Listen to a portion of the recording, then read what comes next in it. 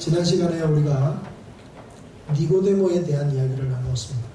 오늘은 이제 요한복음 4장에 나오는 사마리아 여인에 관한 말씀을 여러분들과 나누려고 합니다. 오늘 사실 전장을 다 읽으면 좋은데요. 설교 중에 계속 말씀을 볼 것입니다만 앞부분만 우리가 잠깐 읽었습니다만 전체적인 사마리아 여인과의 관계 속에서 우리 주님이 우리에게 들려주고 싶어 하시는 놀라운 구원의 소식이 무엇인지를 우리가 이 시간도 한번 생각해 보려고 합니다. 지금 제가 4주째 구원, 거듭남, 영생 이런 기독교적 아주 중요한 기본적인 진리에 대한 이야기들을 우리가 나누고 있습니다.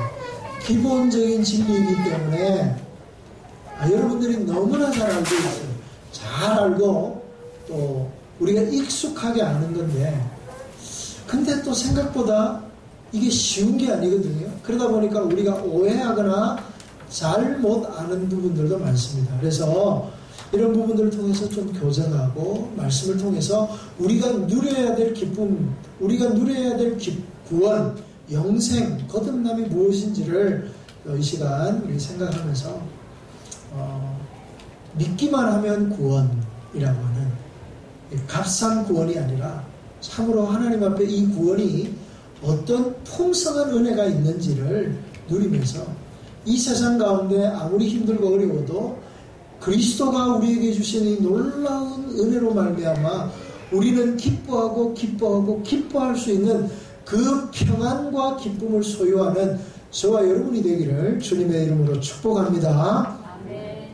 오늘 사마리아 여인을 만나기 위해서 예수님이 사마리아로 갑니다. 오늘 예수님께서 유다로 갈릴리로 간다 이렇게 되어 있습니다.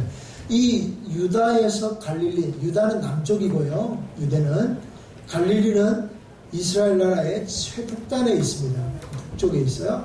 그래서 이제 유대를 떠나서 사람들이 시끄러우니까 이제 예수님께서 갈릴리로 돌아가시는 거예요.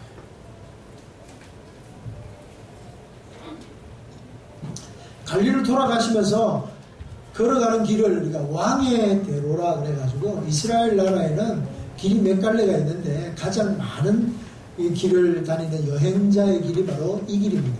유대 산지로부터 가운데 길이죠. 쉽게 말하면 가운데 길을 타면서 이렇게 쭉 올라갑니다. 그러면 갈릴리로 가는데 중간에 사마리아라는 곳은 가다가 있는 성읍이 아니에요. 우리가 이런 말 쓰잖아요. 가도 왜 잘 가다가 삼천포로 빠지냐 뭐 이런 말 쓰죠. 그 말은 삼천포 사람들이 되게 싫어합니다. 삼천포 사람들한테 그런 말 하면 뺨 맞죠. 왜 삼천포로 빠지냐 이런 말을 쓰냐면 목적지가 아닌 다른 방향으로 가는 걸 우리가 삼천포로 빠진다 이런 얘기를 쓰듯이 사마리아는 갈릴리로 가는 데에 있는 길에 있는 도시가 아니에요. 한마디로 말하면 갈릴리로 가다가 사마리아로 가려면 길을 틀어야 돼요. 중간에 빠져가지고 새길로 흘러가야 사마리아를 가요. 그러니까 예수님이 사마리아로 가신 것은 지나가다가 어쩌다가 들른 것이 아니라 예수님이 의도가 있고 목적이 있어서 사마리아로 가신 거예요. 그러면 이 사마리아로 가신 이유는 뭐냐 하면 바로 이 사마리아의 여인인 수가성 여인을 만나고 그 수가성의 복음을 전하기 위해서라는 사실을 우리가 알 수 있습니다. 이 여인을 만납니다. 가는 길에 목이 말라요. 목이 마른데 우리 잘 아는 대로 이스라엘 나라는 우기와 건기로 나뉘는 우리처럼 뭐 봄, 여름, 가을, 겨울 사계절이 있는 나라가 아니고 좀 더운 나라이다 보니까 우기와 건기로 나뉘고 우기 때는 비가 많이 오고 건기 때는 비가 안 와요. 비가 안 오면서 굉장히 건조해집니다.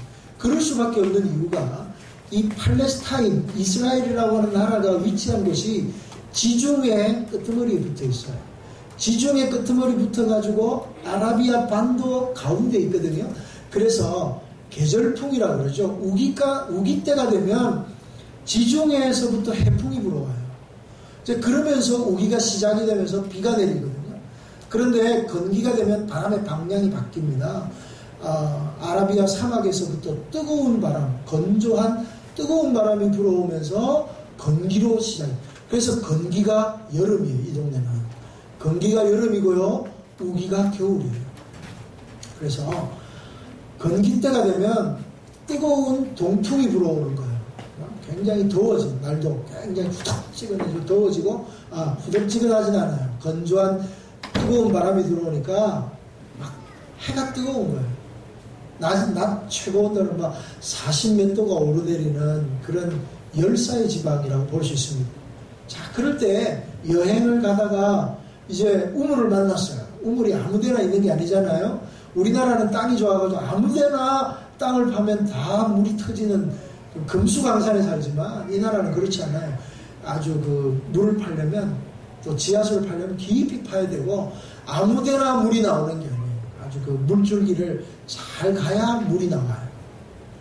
그러니까 여행하는 길에 물을 많이 쟁겨서 가야 되고 물이 없는 곳에 또 우물을 발견해야 되면 물을 또 가지고 가요. 그럼 우물가에 가면 언제든지 주막이라든지 혹은 뭐 여러 가지가 있어요. 근데 오늘 여기 사마리아 수가성에 있는 우물은 이 성 사람들도 물을 떠오는 야곱이 팠던 우물이었습니다. 그러니까 유목민들이 유목하면서 물을 먹었던 곳이니까 마을과는 좀 떨어져 있는 곳인 것 같아요. 그래서 거기에 예수님이 들어오셔가지고 보니까 여인이 있어요. 그 여인에게 물을 좀 달라 이렇게 얘기합니다. 그러자 너무 잘 아는 이야기지만 그래도 좀 이야기를 하자면 이 여인이 이렇게 물어요. 유대인 남자인 당신이 내게 사마리아 여자인 내게 왜 물을 좀 달라고 하십니까? 그러자 예수님이 대뜸 그 여인에게 이렇게 말합니다. 네가 만일 하나님의 선물과 너에게 물을 좀 달라고 하는 사람이 누구인 줄 알았더라면 네가 그에게 구하였을 것이고 그가 생수를 주었을 것이다. 이렇게 얘기합니다. 한마디로 말하면 네가 내가 누군 줄 알면 네가 도리어 나에게 생수를 달라 했을 거야.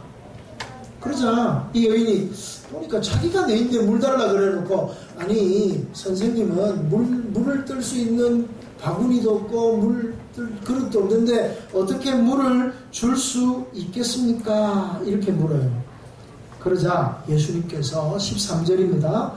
이 물을 마시는 자마다 다시 목마르려니와 내가 주는 물을 마시는 자는 영원히 목마르지 아니하리니 내가 주는 물은 그 속에서 영생하도록 솟아나는 샘물이 되리라. 좀 엉뚱한 말씀을 하셔요. 자, 보십시다. 여기서 이제 중요한 얘기는 이 내용은 우리가 너무 잘 아는 얘기고요. 자, 그런데 예수님이 뜬금없이 네 남편을 데리고 오라 이렇게 얘기하는 거예요. 그러니까 제가 남편이 없습니다 이렇게 얘기합니다. 네 말이 옳도다. 함께하는 네 남편도 네 남편이 아니다 이런 말씀을 하셔요. 자, 이런 좀 동문서답과 같은 이야기를 좀 우리가 들으면서 여러분들이 설교를 많이 들었을 것입니다. 그 중에서 오늘 정말 제가 이 본문의 말씀을 통해서 여러분들에게 들려주고 싶은 이야기가 뭐냐면 첫 번째는요. 구원은 마치 생수를 마시는 것 같은 거예요. 예수님이 우리에게 베푸시는 구원은 목말라서 다시는 목마르지 아니할 생수를 마시는 것과 같은 거예요. 이 여인에게 갈증은 목마른 갈증보다 더 심각한 갈증은 바로 남편이었습니다. 사람이었습니다. 이 사람이 경제적인 우원이든 혹은 외로움이든 혹은 다른 이유인지는 뭔지 모르겠습니다. 그러나 어쨌든 이 여인은 끊임없이 남자를 바꾸었고 남편을 바꾸어서 남편이 5명이나 돼요. 지금도 결혼을 5번 했으면 범상치 않은 여자일 것입니다. 이 하물며 2000년 전에 사회적 약자였던 여인이 남편을 5명이나 두었다, 바꾸었다라는 거 하는 것은 굉장히 이상하고도 사람들의 비난을 받기에 합당한 것이라고 생각이 듭니다. 이 여인이 지금 이 우물가에 찾아온 시간은 12시예요. 대낮이에요. 한낮에. 여러분 우리가 물길로 언제 갑니까? 해 뜨기 전, 해 막 뜨면 새벽에 가죠. 그때야 시원하니까 가는 거예요. 그나마 뜨거운 여름이지만 그나마 그때가 제일 시원하니까 그때 가서 물길로 오는 거예요. 제일 그때가 힘이 덜 들드니까. 그런데 낮에 갔다는 말은 뭐예요? 여러분 낮에 한번 걸어보세요. 지금은 좀 그래도 많이 풀렸습니다만은 우리가 엄청 더운 한여름에 12시 되면 11시 되면 문자 오죠. 폭염주의보 11시 넘으면 이제 바깥 활동을 자제하시고 돌아다니지 마십시오. 뭐 이럽니다. 그때가 한 37도, 뭐 35도 이렇게 넘어가면 해가 얼마나 뜨겁습니까? 머리가 따뜻하다. 그런데 그늘 한 점도 없는 곳에 물 항아리를 쥐고 12시에 물을 길러서 집으로 돌아간다. 이거 얼마나 힘든 일이에요. 정말 물 한 번 쥐고 나면 온몸이 힘이 다 빠져 기진맥진할 수밖에 없는 그런 상황인데 이 여인이 12시에 왔어요. 왜요? 그때 가야 사람이 없으니까. 그때 가야 다른 사람 만나지 않으니까. 그때 가야 그 사람들의 따가운 시선을 피할 수 있으니까. 이 여인에게 어떻게 보면 이런 대인 기피증이 있을 수밖에 없을 정도로 그 여인의 삶에는 문제가 많았다는 거예요. 그럼에도 불구하고 이 여인은 마음에 갈증이 있는 거예요. 이거 내가 이 남자를 만나면 내 문제를 해결할까? 아니, 또 저 남자를 만나면 내 문제, 내 외로움과 내 어려움을 해결할까? 아니, 또 저 남자를 아닌 거예요. 그 갈급함이 그 여인에게 있는 거예요. 우리가 지난번에 살펴봤던 삭개오 같은 사람도 한번 볼까요? 이 사람이 생각할 때 인생이 가장 행복한 것은 돈이 많아야 돼. 그래서 돈을 찾아서 수단과 방법을 그리지 않고 돈을 모았습니다. 돈을 많이 모았지만 마음에 기쁨이 없었어요. 평안이 없었어요. 그래서 예수님 만나고자 한 것입니다. 돈이 자신의 갈증을 해결해 줄 줄 알았는데 아니더라는 거예요. 이 여인도 마찬가지입니다. 사람이 내가 저 사람은 나의 외로움을 채워주고 저 남자는 나의 경제적인 어려움을 채워줄 거야. 근데 아니더라는 거죠. 끊임없는 갈급함이 그 마음 가운데 있는 거예요. 사랑하는 성도 여러분, 우리가 아셔야 될 것이 하나 있는데, 사람은 어떤 존재냐 하면 하나님의 형상과 하나님의 모양대로 지음받아요. 그 코에 생기를 불어넣어 생명이 된 하나님의 형상으로 지음받은 존재예요. 그래서 물질적인 것으로 절대 만족감을 못 누려요. 물질적인 것으로 갈증을 해소를 못해요. 이 세상의 것으로 절대로 만족할 수 없는 것이 인생이. 그래서 사람이 가지면 가질수록 더 많이 가지고 싶고, 누리면 누릴수록 더 많이 누리고 싶고, 많이 소유하면 소유할수록 더 많이 소유하고, 거기에 대해 더 갈급함, 더 갈증 가운데, 그 욕망 가운데 자신을 망치고 가정을 망치고 사회를 망치는 것이 사람이에요. 오늘 예수님께서 이 여인의 마음의 갈증을 보신 거예요. 내가 주는 물을 마시면 영원히 목마르지 아니하겠다. 그리고 네 목마름의 핵심은 남편이에요. 너 남편을 데리고 와. 그렇게 말씀하시죠. 여러분의 오늘 우리가 예수 그리스도 밖에 있을 때, 우리가 그리스도를 만나기 전에 우리의 갈급함, 우리의 갈증은 무엇이었습니까? 돈이었나요? 명예였나요? 야망이었습니까? 다른 사람들보다 유명해지는 것인가요? 우리가 그런 거 많잖아요. 내가 뭔가 이 땅에 태어나면 내가 이 땅에서 무언가를 해야지. 자기 나름대로 생각하는 행복의 기준이 있어요. 사람들이 각자가. 사람마다 다 달라요. 다른 사람에게 이 행복을 강요할 수가 없어요. 근데 그 행복이라고 하는 것이 어디로부터 오는 것인지 한번 보시기 바랍니다. 그 행복이 무엇인가? 그것을 소유하고 그것을 가지고 그것을 누린다고 해서 우리가 진정한 행복을 누렸나요? 예수 그리스도를 만납니다. 그 문제가 해결됩니다. 구원은 단순히 예수 믿고 천국 가는 얘기가 아니라 내가 이 땅 가운데 누리지 못하는, 이 땅 가운데 채울 수 없는 만족, 채울 수 없는 이 갈급함을 예수님을 만남으로 내 안에 갈급함이 채워지고 내 안에 만족감이 채워지면서 참된 자유와 참된 평안과 참된 은혜를 경험하게 될 줄로 믿습니다. 여러분 어떠세요? 여러분 구원 받으셨나요? 그렇다면 여러분 안에 이런 자유함이 있습니까? 이런 평안이 있습니까? 이런 기쁨이 있나요? 내가 예수 그리스도를 만남으로 말미암아 구원받았음에도 불구하고 예수님으로 말미암아 주님이 주시는 영원히 목마르지 아니할 생수를 마셨음에도 불구하고 여전히 목말라 하지 않습니까? 여전히 목말라하고 여전히 갈급해하고 여전히 내 삶 가운데는 무언가 부족한 것만 같다라고 느끼진 않으시나요? 오직 예수밖에는 없네. 은혜 아니면 살아갈 수가 없고 은혜 아니면 살 수가 없네. 나는 예수님 한 분만으로 만족해. 예수님 한 분만으로 나는 행복해. 나는 예수님 때문에 감사해 라고 찬양은 드리고 기뻐하지만 우리 마음 한곁에 예수님만으로 만족하지 못하는 무언가가 있지 않나요? 그렇다고 해서 여러분 죄책감을 가지지 마세요. 죄책감을 여러분 가지라고 제가 이 말씀을 드리는 게 아니에요. 여전히 오늘 우리 안에 육체를 가지고 있기 때문에 육체적 필요가 우리 안에 있어요. 그것 때문에 근데 옛날에 내가 그리스도 밖에 있을 때는 그게 삶의 전부였어요. 그래서 그 문제가 해결이 안 되면 죽을 것 같고 그 문제가 해결 안 되면 우울해지고 그 문제가 해결이 안 되면 정말 나는 불행해 이랬던 사람들이 예수 그리스도께서 주시는 생수를 마시고 난 뒤에 여전히 우리의 삶이 변한 게 아니잖아요.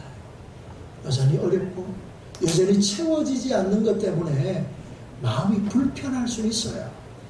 그렇다고 해서 그것 때문에 죽고 싶고 그것 때문에 우울해지고 그것 때문에 나는 불행해 그것 때문에 나는 아무것도 아니야 이러진 않는다는 거예요.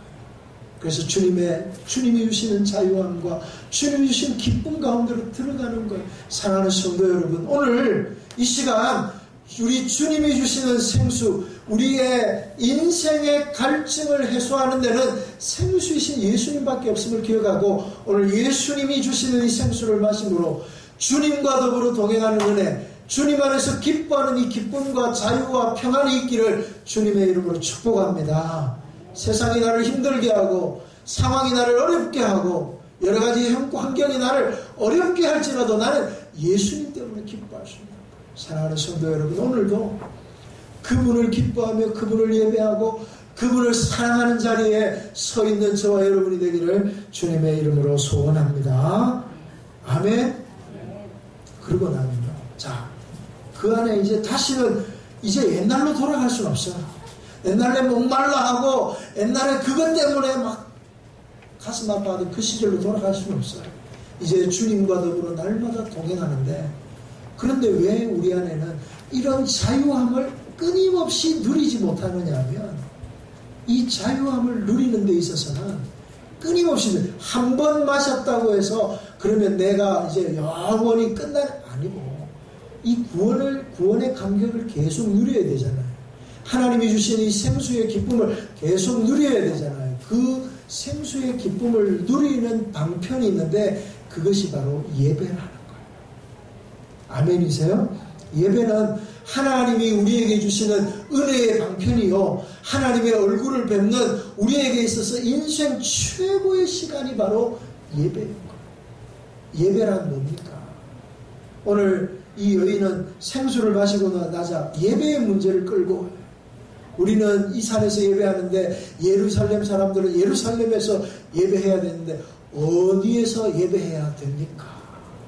예수님이 이 산에서도 말고 저 산에서도 말고 오직 뭐라 그래, 영과 진리로 예배하는 자를 하나님이 찾으시는, 그게 유명한 4장 24절의 말씀. 하나님은 영이시니 예배하는 자가 영과 진리로 예배할지니라.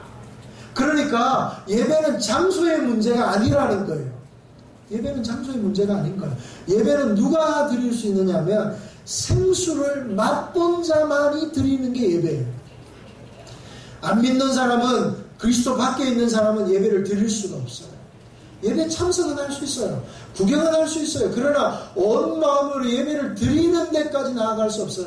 예배를 드릴 수 있는 사람은 생수이신 그리스도를 만나고 인격적인 하나님을 만나고 그 하나님 앞에 우리의 모든 것을 드리는 것, 그 예배. 예배라는 말을 한자로 풀면요, 예배라는 말이 어떤 의미냐 하면 경의를 표해서 절하는 것, 예를 다해서 절하는 것이 예배예요. 그죠? 그것이 예배라면, 영어로 예배는 월십, 서비스 이렇게 얘기하는데 주로 월십을 많이 하는데, 월십이라는 말은 월스, 가치라는 단어예요. 가치를 존경한다, 가치를 높여드린다 이런 뜻이에요. 월십이란 말. 즉 하나님 되심을 높이는 것. 그것이 바로 예배라는 것. 하나님의 하나님 되심을 칭송하는 것이 예배요. 하나님께 합당한 예를 드리고 그분 앞에 절하는 것이 예배라는 것. 예배가 어려운 게 아니에요. 그러니까 예배는 철저하게 하나님 중심으로 드리는 거예요. 여러분, 우리 기독교 신앙과 반대되는 게 뭐예요? 미신과 우상 숭배잖아요. 사마리아 사람들이 헛된 것에 예배했을 때 하나님 그 예배를 받지 않는 거예요. 이스라엘 백성들이 우상 숭배의 예배를 드리는 거, 그 예배를 받지 아니하시는, 하나님께 예배할 때 그 예배를 받는 거예요. 금송아지를 만들어 놓고 이 금송아지가 우리를 애굽에서 인도하여 낸 하나님이야. 그러면서 거기에 전했어요. 그게 예배예요? 아니, 하나님을 이야기하지만 그 예배가 아닌 거예요. 왜요? 합당하게 드리는 예배가 아니기 때문에 그래요. 헛된 것이잖아요. 잘못된 것 우상을 만들어 놓고 거기에다가 절하는 거예요. 거기에다가 그 하나님이 받지 않는 거죠. 그래서 헛된 것을 예배하는 것, 이 헛된 것을 우상이라고 말씀하시는데 레위기 19장 4절을 보면 너희는 헛된 것들을 향하지 말라. 너희를 위하여 신상을 부어 만들지 말라. 나는 너희 하나님 여호와니라. 이렇게 말씀하시고요. 사도 바울은 이 부분에 대해서 뭐라고 말씀하시냐면 골로새서 3장 5절입니다. 땅에 있는 지체를 죽이라. 곧 음란과 부정과 사욕과 악한 정욕과 탐심이니 탐심은 우상 숭배니라. 자, 헛된 것들에게 절하는 게 우상 숭배고요. 사도 바울은 더 나아가서 우상 숭배는 결국에는 뭐냐 하면 그 마음에 탐심이 있다고 말하는 거예요. 탐심이 뭐예요? 욕심이죠. 탐하는 것. 내 거 아닌데 내가 가지려고 하는 마음. 그게 탐심이죠. 하나님 앞에 신령과 진리로 예배하지 않는 모든 것은 탐심입니다. 헛된 것들에 절하죠. 우상 숭배에 절하고 미신을 가지고 절하잖아요. 여러분, 우리가 그리스도 밖에 있을 때 미신을 믿을 때 어떻게 했어요? 그리스도 밖에 있는 사람들이 미신을 믿잖아요. 안 믿는 사람도 있습니다만은 미신을 믿으면서 점도 치고 뭐 이상하게 생긴 나무나 돌에다 절하고 거기다 지성을 바치고 하죠. 왜요? 왜 합니까? 뭐 때문에 합니까? 네? 안 해보셨구나. 설악산 가시면요, 기아장이 있어요. 기아장 하나 얼마더라? 5,000원인가 만원 한 장을. 저도 이래 절에는 잘 안 가잖아요. 갈 일도 없고. 근데 이제 산에 가면 다 절들이 있으니까 그 지나가는 길이에요. 오래 보니까 이게 뭐냐 이러니까 거기에다가 이제 소원을 적는 거예요. 그 소원을 전부 다 뭔가 들어보면 전부 이래 자식 잘 되고 사업 잘 되고 무병장수하고 잘 되게 해달라고. 한마디로 뭐예요? 우상 숭배하는 목적이 뭐예요? 우상을 경배하고 우상을 높이고 우상을 예배하고 야 당신이 대단합니다 이게 아니라 그렇게 하는 이유가 뭐예요? 내가 이렇게 하면 좀 잘 보이면 당신이 좀 복을 주셔가지고 우리 조상의 은덕으로 우리 나무 이상하게 생긴 이게 영험이 있다 그러는데 이 이상하게 생긴 돌의 능력으로 사업이 잘 되고 자식들이 잘 되고. 자, 그러면 다시 돌아봅시다. 우리가 하나님께 예배하면서 하나님을 높이고 하나님만이 위대하신 분인데 이게 예배인데 우리 마음 가운데 이런 마음이 있는 거예요. 예배하면 내가 예배를 잘 드리면 우리 자식이 잘 되고 예배를 잘 드리고 하나님 앞에 내가 종교적인 의무를 잘하면 사업이 잘 되고. 어디서 많이 들어본 얘기 안 같아요? 예배 잘하면 여러분 복 받습니다. 예배 잘하면 여러분 자녀들이 잘 됩니다. 그 듣기가 얼마나 좋아요. 자식들이 잘 된다는데 사업이 잘 된다는데 그런데 성경에는 그런 내용이 없다니까요. 없잖아요. 우리가 바라보는 예배는 이 땅에서 내가 참 그냥 살기는 찝찝하고 뭔가 불안하니까 그냥 교회 와서 기도하면 내 정성을 보시고 나를 불쌍히 여기서 하나님 혹시나 나를 복 주시지 않을까. 탐심이에요. 입으로는 하나님을 이야기할지 모르지만 하나님 모르는 거예요. 하나님 성도 여러분, 정말 생수이신 그리스도를 만나고 나면 생수를, 그 영원히 목마르지 아니할 생수를 먹기 이전의 상태로 돌아갈 필요가 없다고요. 예수님 그분 안에 모든 것이 있어요. 그래서 예수면 족하고 예수면 다예요. 그래서 예배할 때 내가 예수님의 얼굴을 배웠으면 좋겠어. 내가 하나님의 얼굴을 배웠으면 좋겠어. 내가 주님의 인격을 맞닥뜨리며 주님과 동행하는 그 놀라운 은혜를 누리면 좋겠어. 그 안에 모든 게 다 있어요. 진짜 자유가 있고 진짜 평안이 있는 거예요. 이 세상에 썩어질 것들이 아니라 영원한 것, 신령한 것, 변치 아니하는 하나님의 것으로 이 세상이 어떻게 되든지 난리와 소문이 일어난다 할지라도 그리스도 안에 있는 자들에게는 요동함이 없고 평안과 자유와 하나님이 주신 놀라운 은혜와 기쁨이 있다 이 말이에요. 감옥에 갇혀도 내가 기뻐하고 기뻐하노라. 목이 땡탕 날아가도 내가 주 안에서 기뻐할 것은 나로 그리스도가 증거됨이라. 사도 바울의 고백이 그거 아니에요. 우리는 거기에 근처도 못 가는 이유가 뭐냐 하면 자꾸만 우리는 이 땅의 것들에 마음을 두기 때문에 그러는 거예요. 그러나 우리가 시선을 조금만 높이면 생수를 맛본 저와 여러분들은 이제 그 은혜 가운데 들어가고 그 은혜를 바라보고 그분과 더불어 동행하면 하나님이 주시는 이 세상의 것과는 비교도 할 수 없는 놀라운, 비교도 할 수 없는 자유와 평안과 기쁨을 하나님이 주실 줄로 믿습니다. 사랑하는 성도 여러분, 그래서 예배를 통해서 참된 자유를 만납니다. 예배를 통해서 하나님을 만나고 하나님이 주시는 은혜 가운데서 그 은혜 가운데 기쁨, 이 기쁨은 내 환경과 달라요. 내 환경에 영향을 받지 않아요. 그냥 내 안에서. 그래서 이렇게 고백하는 거예요. 주 예수보다 귀한 것은 없네. 이 세상 행복과 이 세상 명예와 이 세상 부귀와 바꿀 수 없네. 주 예수보다 귀한 것은 없네. 오늘 이 고백이 저와 여러분의 고백이 되기를 주님의 이름으로 축복합니다. 아멘. 그렇다면 우리 주님이 이런 하나님의 은혜를 예배하는 그곳에 하나님의 은혜를 부어주시고, 그러면 이 하나님의 은혜가 예배하는 곳에 임하면 그곳이 하나님의 나라인 거예요. 여러분, 하나님의 나라는 어디에 있습니까? 저 하늘에 있나요? 우리가 생각할 때 자꾸만 우리 머리에는 천국은 저 하늘에 있다고 생각해요. 천국은 나중에 미래에 가는 곳이라고 생각합니다.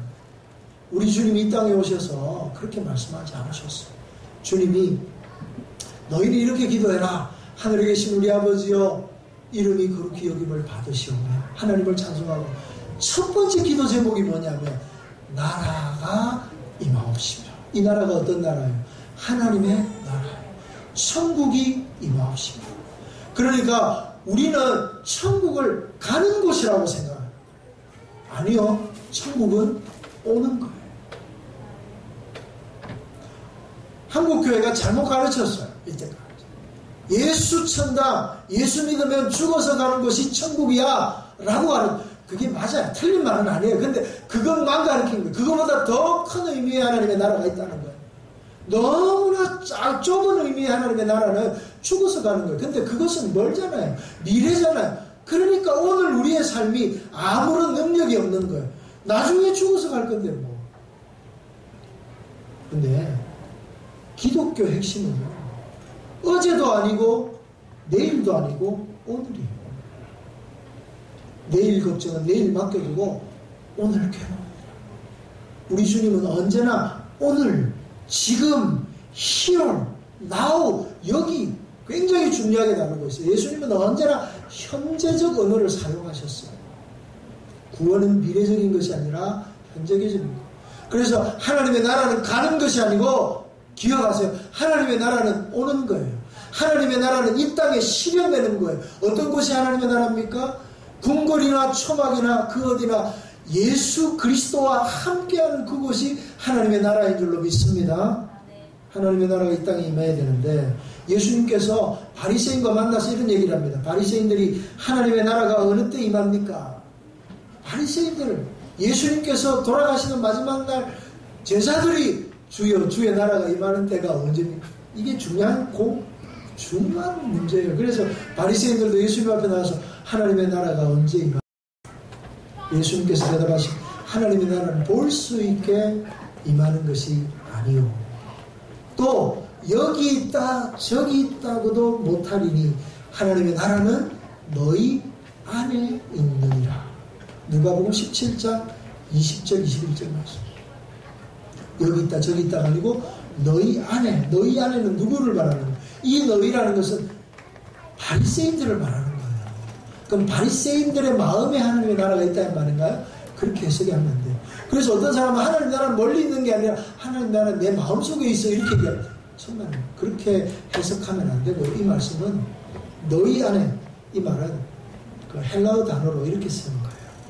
너희 즉 바리새인들에게 둘러싸여 있는 가운데 있는 나. 무슨 뜻인지 알겠죠? 지금 바리새인들이 찾아와가지고 예수님을 울러싸고 있는 거예요. 그러면서 하나님의 나라가 언제 임합니까? 하나님의 나라는 눈으로 임하는 것이 아니라 볼 수 있게 임하는 게 아니라 여기 있다 저기 있다도 너희 안에 있다. 즉 내가 곧 하나님의 나라다라고 선포하는 거예요.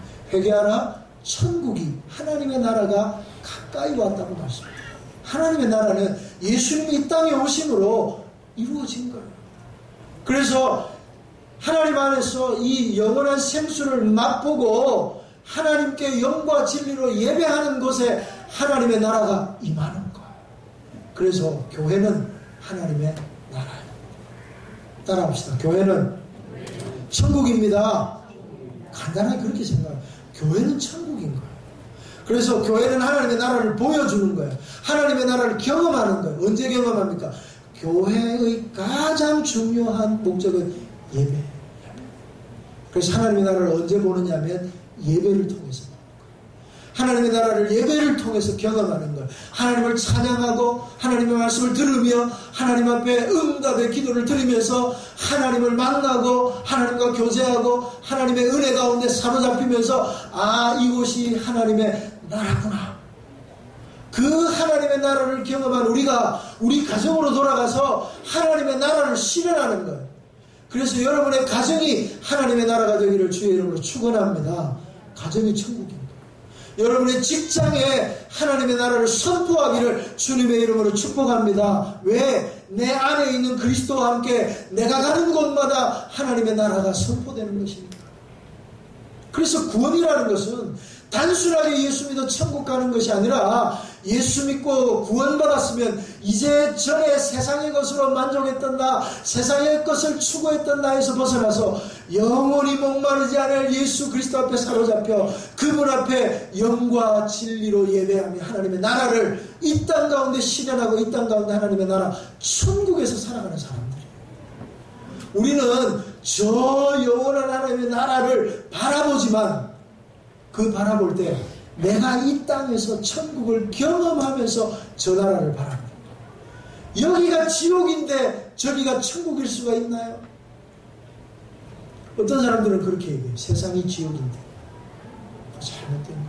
하나님이 만드신 거예요. 하나님이 세상을 이처럼 사랑하사 하나님이 이 세상을 사랑하셨다.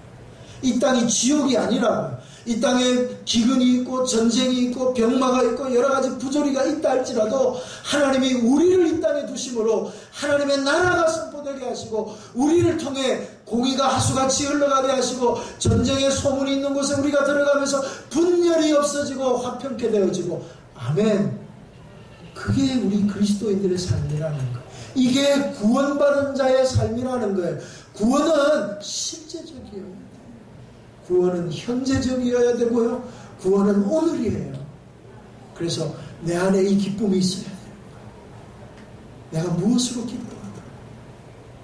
예수 그리스도로 기뻐하는 거예요.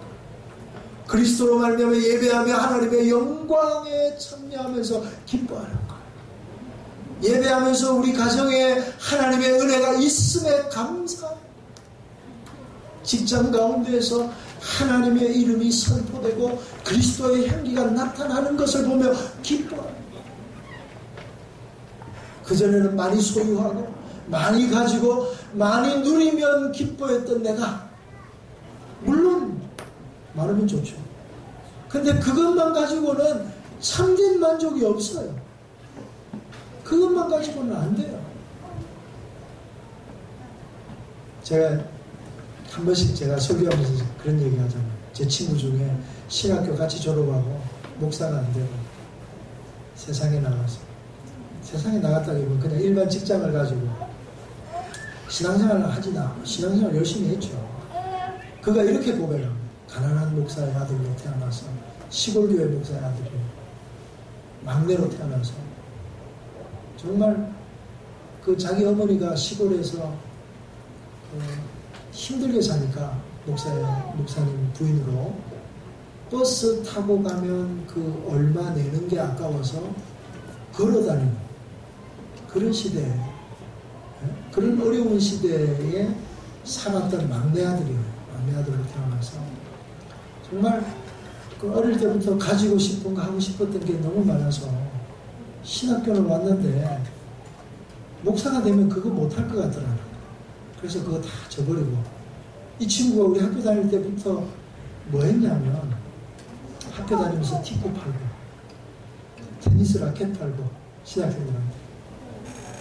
그러더니 결국에는 학교 졸업하고 자동차 딜러로 나갔어요. 평생 이제 그런 일을 하는. 그러면서 나름대로 자기가 좋아하던 일을 하면서 부산에 이 BMW 지사장까지 하면서 나이 50이 넘어가니까 그런 고백을 해요. 그전에는 젊을 때에는 많이 가지고 많이 누리고, 우리나라에 나오는 차라는 차는 다 타고, 좋은 차, 슈퍼카 안 타본 차가 없대요. 차도 다 타고, 좋은 집도 지어보고, 그거 가져봐도 금방금방 실전 나. 아무리 좋은 차 타봐야 한 2달 타고 나면 다 똑같아요. 지금에 와서 이런 고백을 하는 거예요. 거기에는 진정한 만족이 없습니다. 제 복음 앞에 다시 주님 앞에 부르심 받고 내게 주어진 사람들에게 복음을 전하고 말씀을 전하는 이 일에 좀 사로잡혀가지고 직장에 나가서 일하면서 많은 시간을 복음을 전하는 일을 하고, 그러면서 인생이 지금은 말할 수 없이 기쁨 가운데 막 시간이 1분 1초가 아깝다. 그런 고백들이고, 아마 여러분들도 동일한 마음으로 살아갈 것입니다. 인생이 이 세상의 것이 절대 만족감 주지 못합니다. 참된 평안과 참된 자유는 예수님 그분 안에 있다는 거 꼭 기억하시고, 그분 앞에 온전한 예배, 영과 진리로 예배할 때 하나님의 나라를 경험합니다. 오늘 저는 우리 예배를 통해서 우리 은혜의 교회 모든 성도들이 하나님의 나라를 실현하기를 주의 이름으로 축원합니다.